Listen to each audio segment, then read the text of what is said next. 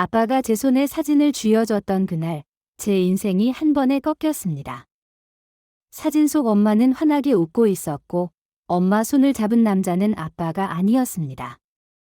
저는 농담하냐고 웃어보려 했는데, 아빠 눈빛이 먼저 모든 말을 막아버렸습니다. 그 눈빛은 평생 제 편이었던 사람이 처음으로 무너지는 얼굴이었습니다. 아빠는 숨을 삼키고 미안하다는 말부터 꺼냈습니다. 그리고 다음 한마디가 제 귀를 찢었습니다. 너는 내 친딸이 아니라고. 저는 소리도 못 질렀습니다. 세상이 갑자기 조용해져서 제 심장만 크게 들렸습니다. 그 순간 떠오른 건 남편도 시어머니도 아니었습니다. 엄마의 빈자리였습니다. 제가 겨우 붙잡고 살던 가족이라는 단어가 손에서 미끄러졌습니다. 그런데 더 잔인한 건 그 말을 하는 아빠가 누구보다 저를 사랑한 사람이었다는 겁니다.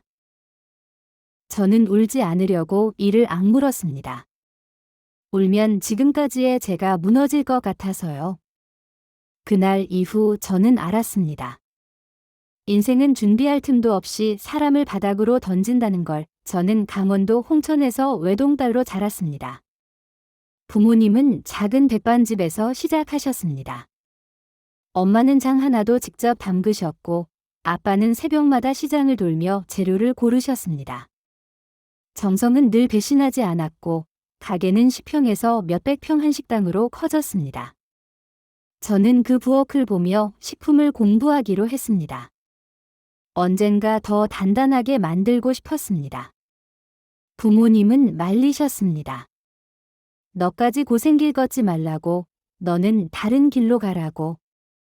그래도 저는 고집을 꺾지 않았습니다. 도움이 되고 싶다는 마음이 더 컸습니다. 그런데 대학원 얘기가 나오자 엄마가 갑자기 선을 들고 오셨습니다. 젊은 나이에 교수라는 말이 따라붙었고 엄마는 그 단어에 안심하셨습니다. 저는 제 꿈을 잠시 접고 회사에 들어갔습니다. 돈 벌어 다시 공부하려고요. 하지만 집안 분위기는 결혼으로 기울었고 결국 저는 그 남자를 만나게 됐습니다. 그 남자는 웃음도 있었고 말투도 부드러웠고 처음엔 괜찮은 사람 같았습니다. 저는 그 괜찮아 보이는 얼굴에 제 인생을 맡겨버렸습니다. 그게 실수의 시작이었습니다. 결혼하자마자 시어머니는 제 이름보다 아들 자랑을 먼저 꺼내셨습니다. 상견례 자리에서도 며느리인 저는 배경처럼 앉아 있었고 아들은 주인공이었습니다. 시어머니는 늘 말씀하셨습니다. 내조 잘해라. 교수 남편 뒷바라지가 내 역할이라고. 저는 참았습니다. 친정이 탄탄했고 남편도 최소한 예의는 지키는 듯 보였으니까요. 저희는 차도 해갔고 예단도 했고 시댁은 그 덕에 저를 노골적으로 깎아내리진 못했습니다. 하지만 말끝은 늘 같았습니다. 친정에서 뭐 좀 더 해오라는 냄새가 묻어 있었습니다. 그래도 그땐 몰랐습니다. 관계를 지탱하는 게 마음이 아니라 가격표가 될 수 있다는 걸 남편은 제 편인 척 웃었습니다. 시어머니의 말도 적당히 넘기며 저를 달랬습니다. 저는 그 웃음이 사랑이라고 착각했습니다. 사람이 가진 본색을 아직 못 봤으니까요. 그 집은 아들이 최고였고 며느리는 그 아들을 편하게 해주는 도구에 가까웠습니다. 제가 불편해도 괜찮았습니다. 우리 집이 버티고 있으니 큰일은 없을 거라 믿었습니다. 그 믿음이 무너지는 데는 단 한 번의 사고면 충분했습니다. 어느 밤 부모님 한정식 집에 큰 불이 났다는 연락이 왔습니다. 불은 흔한 사고라 생각했는데 그 안에 사람이 있었다는 말이 이어졌습니다. 주방 이모 한 분이 미처 빠져나오지 못했고 결국 돌아가셨습니다. 원인은 누전이었다지만 책임은 가게 주인인 부모님 몫이었습니다. 보상, 합의, 재판, 소문. 그 단어들이 하루하루를 갈아먹었습니다. 식당만이 아니라 레토르트 사업도 같이 무너졌습니다. 사람 죽은 가게라는 말이 컸습니다. 부모님은 가진 걸 팔아가며 수습하셨고 집도 정리해야 했습니다. 그리고 폐업 절차를 밟던 날 엄마가 그대로 쓰러지셨습니다. 엄마는 몇 달 뒤 세상을 떠나셨고 저는 숨이 얕아졌습니다. 깊게 쉬면 울음이 터져서요. 그때 저는 남편에게 기대야 한다고 생각했습니다. 가족이니까, 남편이니까. 그런데 남편은 그 순간부터 낯선 사람처럼 변했습니다. 돈이 끊기자 마음도 끊겼고 그 변화는 너무 빠르고 너무 정확했습니다. 남편은 제가 친정을 돕는 걸 낭비라고 불렀습니다. 제가 벌어 이삿짐 센터에 쓴 100만 원을 두고 부부 공동재산이라며 밤새 화냈습니다. 엄마 장례식조차 귀찮은 일정 취급했고 시어머니는 아예 오지도 않으셨습니다. 그때 깨달았습니다. 그들이 저를 예우한 이유는 제가 아니라 우리 집 형편이었다는 걸. 친정이 무너지자 저는 순식간에 짐이 됐고 돈 나오는 주머니로 취급됐습니다. 저는 무너진 집에서 아빠를 붙잡아야 했습니다. 엄마 없는 아빠는 술로 버티고 계셨습니다. 그러다 아빠가 간암이라는 진단을 받으셨습니다. 그 말이 제 몸을 얼렸습니다. 저는 퇴사를 결심했습니다. 돈보다 사람이 먼저였고 이번엔 늦고 싶지 않았습니다. 남편은 말했습니다. 간병한다고 병이 낫냐? 현실적으로 돈 벌어야지. 그 말이 제 가슴을 찢었습니다. 사랑하는 사람이 아픈데 계산부터 하는 얼굴이었습니다. 저는 참지 않았습니다. 그날부터 제 안에서 마지막 끈이 끊어졌습니다. 가족을 지키려면 먼저 저를 버리는 결혼부터 끝내야 한다고 생각했습니다. 저는 퇴직금을 쏟아 아빠 치료에 매달렸고 요양시설로 아빠를 모시고 들어갔습니다. 거기서 저는 시간을 간병했습니다. 약 시간, 식사량, 통증 표정, 잠드는 호흡까지 기록했습니다. 그런데 시어머니와 남편이 찾아왔습니다. 문 앞에서부터 제 삶을 흔들었습니다. 너 여기 숨으면 못 찾을 줄 알았냐고, 이혼 당하고 싶어서 그러냐고. 남편은 아침밥도 못 먹는다며 적반하장으로 소리쳤고 시어머니는 제 인생을 밟으셨습니다. 친정 망한 주제에 어디서 큰 소리냐, 우리 아들 명예에 흠내지 말라고. 그 말들을 듣는 순간 이상하게도 겁이 사라졌습니다. 더 잃을 게 없어서가 아니었습니다. 제가 지키려는 게 너무 분명해서였습니다. 지금 제 앞에 있는 건 아빠의 삶이었습니다. 저는 말했습니다. 이혼해요. 저 더 이상 돈주머니 역할 안 해요. 그렇게 끝내요. 그들은 제가 무릎 꿇을 줄 알았을 겁니다. 그런데 저는 서 있었습니다. 협의 이혼은 너무 빨리 끝났습니다. 그들도 더 얻을 게 없다는 걸 알았으니까요. 저는 종이 한 장으로 관계를 접고 아빠 옆으로 다시 돌아왔습니다. 이혼 후에도 아빠는 제게 계속 미안해 하셨습니다. 내가 고생하는 게 전부 내 탓이라고. 저는 그 말이 제일 싫었습니다. 아빠는 제 인생을 망친 사람이 아니라 지켜주신 분이었습니다. 그런데 아빠의 미안함은 점점 더 깊어졌습니다. 마치 다른 죄를 숨긴 사람처럼.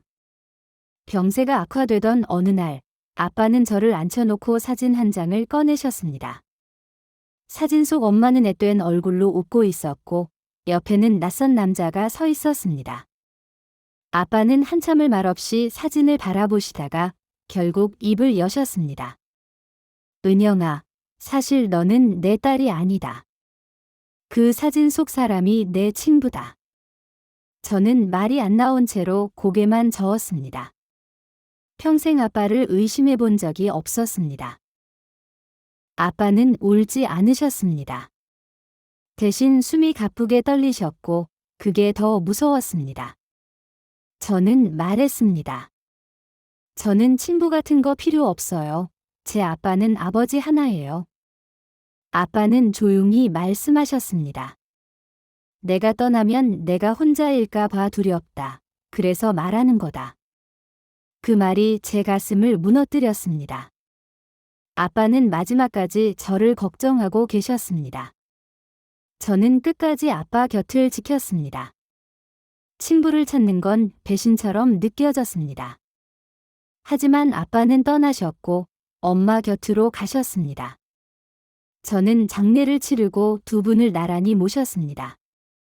모든 게 끝났다고 생각했는데 그때서야 사진 뒤에 적힌 주소가 눈에 들어왔습니다. 저는 오래 망설였습니다. 낯선 사람을 찾아가는 게 두려웠고 괜히 상처만 받을 것 같았습니다. 그래도 아빠의 유언 같은 부탁이 제 등을 밀었습니다. 그게 아빠의 마지막 바람이었습니다. 주소를 따라가 도착한 집은 상상 밖이었습니다. 대문부터 다른 세상이었습니다. 재벌집 같았습니다. 그 집을 보자 왜 엄마가 말하지 못했는지 이해가 됐습니다. 엄마는 저를 지키려 하셨을 겁니다. 그 집안의 말과 규칙이 저를 찢을까봐 초인종 앞에서 손이 몇 번이나 떨어졌습니다. 제가 여기서 무엇을 증명해야 하나 싶어서요. 결국 저는 문 앞에서 엄마 이름을 말했습니다. 임양순을 아시냐고, 딸이 왔다고. 잠시 뒤 문이 열렸고 저는 안으로 들어가면서도 심장이 계속 튀었습니다. 그때 저는 아직 몰랐습니다. 제가 찾는 사람이 이미 제 인생에 스쳐갔다는 걸. 거실에 들어섰을 때 저는 그분 얼굴을 보고 굳어버렸습니다. 그분은 납골당 정원에서 자주 마주치던 아저씨셨습니다. 몇 년 전 딸을 잃으셨다던 그분. 그분이 저를 보며 말씀하셨습니다. 양순이의 딸이라고, 그럴 리가 없다고. 저는 숨을 삼키고 말했습니다. 제 나이는 33이고 두 분이 헤어진 지 30여 년이라고. 그분의 손이 떨렸습니다. 그리고 그 떨림이 제 안의 마지막 의심을 부숴버렸습니다. 그분은 제 존재를 모르셨다고 했습니다. 집안 반대로 유학을 떠나며 연락이 끊겼다고. 엄마는 뒤늦게 임신을 하셨고 혼자 낳아 키우셨고 얼마 뒤 저를 품어주신 아빠를 만나셨다고. 그분은 미안하다는 말을 반복하셨습니다. 제게도, 엄마에게도, 그리고 자신에게도. 저는 그 말이 고맙기도 하고 무섭기도 했습니다. 돈으로 갚으려 하실까 봐서요. 하지만 그분의 눈에는 계산보다 상실이 더 짙게 깔려 있었습니다. 잃어버린 딸의 자리처럼. 그분은 말씀하셨습니다. 너를 낳은 줄도 모르고 너를 두고도 알아보지 못했다. 그게 부끄럽다고. 그때 저는 알았습니다. 인연은 가끔 잔인하게 돌고 돌아 사람을 같은 자리로 데려온다는 걸 그분은 제게 해주지 못한 세월을 메우고 싶어 하셨습니다. 제가 원하면 뭐든 돕겠다고 하셨습니다. 저는 재벌집 딸이 되고 싶지 않았습니다. 저는 제 존재를 받아줄 자리가 필요했습니다. 그 자리 덕분에 저는 다시 공부를 시작했습니다. 식품공학과 요리 연구로 돌아갔습니다. 늦었다는 말이 따라붙어도 괜찮았습니다. 제가 늦은 게 아니라 돌아온 거였습니다. 제가 교수의 꿈을 꾸게 된 건 누군가의 이름이 아니라 제 손으로 만든 과정 때문이었습니다. 그리고 솔직히 말하면 전 남편이 제 안에 독한 불씨가 되기도 했습니다. 교수 타이틀 하나로 사람을 깔보던 얼굴이 떠오르면 저는 더 이를 악물었습니다. 얼마 전 들렸습니다. 그 사람이 제자 문제로 추문에 휩싸여 학교에서 잘렸다고. 그 소식을 들었을 때 통쾌함보다 먼저 허무가 왔습니다. 결국 자기 손으로 자기를 망쳤구나. 저는 그 허무를 힘으로 바꿨습니다. 남의 몰락이 아니라 제 실력으로 제 삶을 세우기로. 제가 지켜낸 건 돈이 아니라 사람이고 제가 얻을 건 타이틀이 아니라 제 이름입니다. 지금부터는 제가 제 인생을 끝까지 책임질 테니 다음 영상도 놓치지 마세요.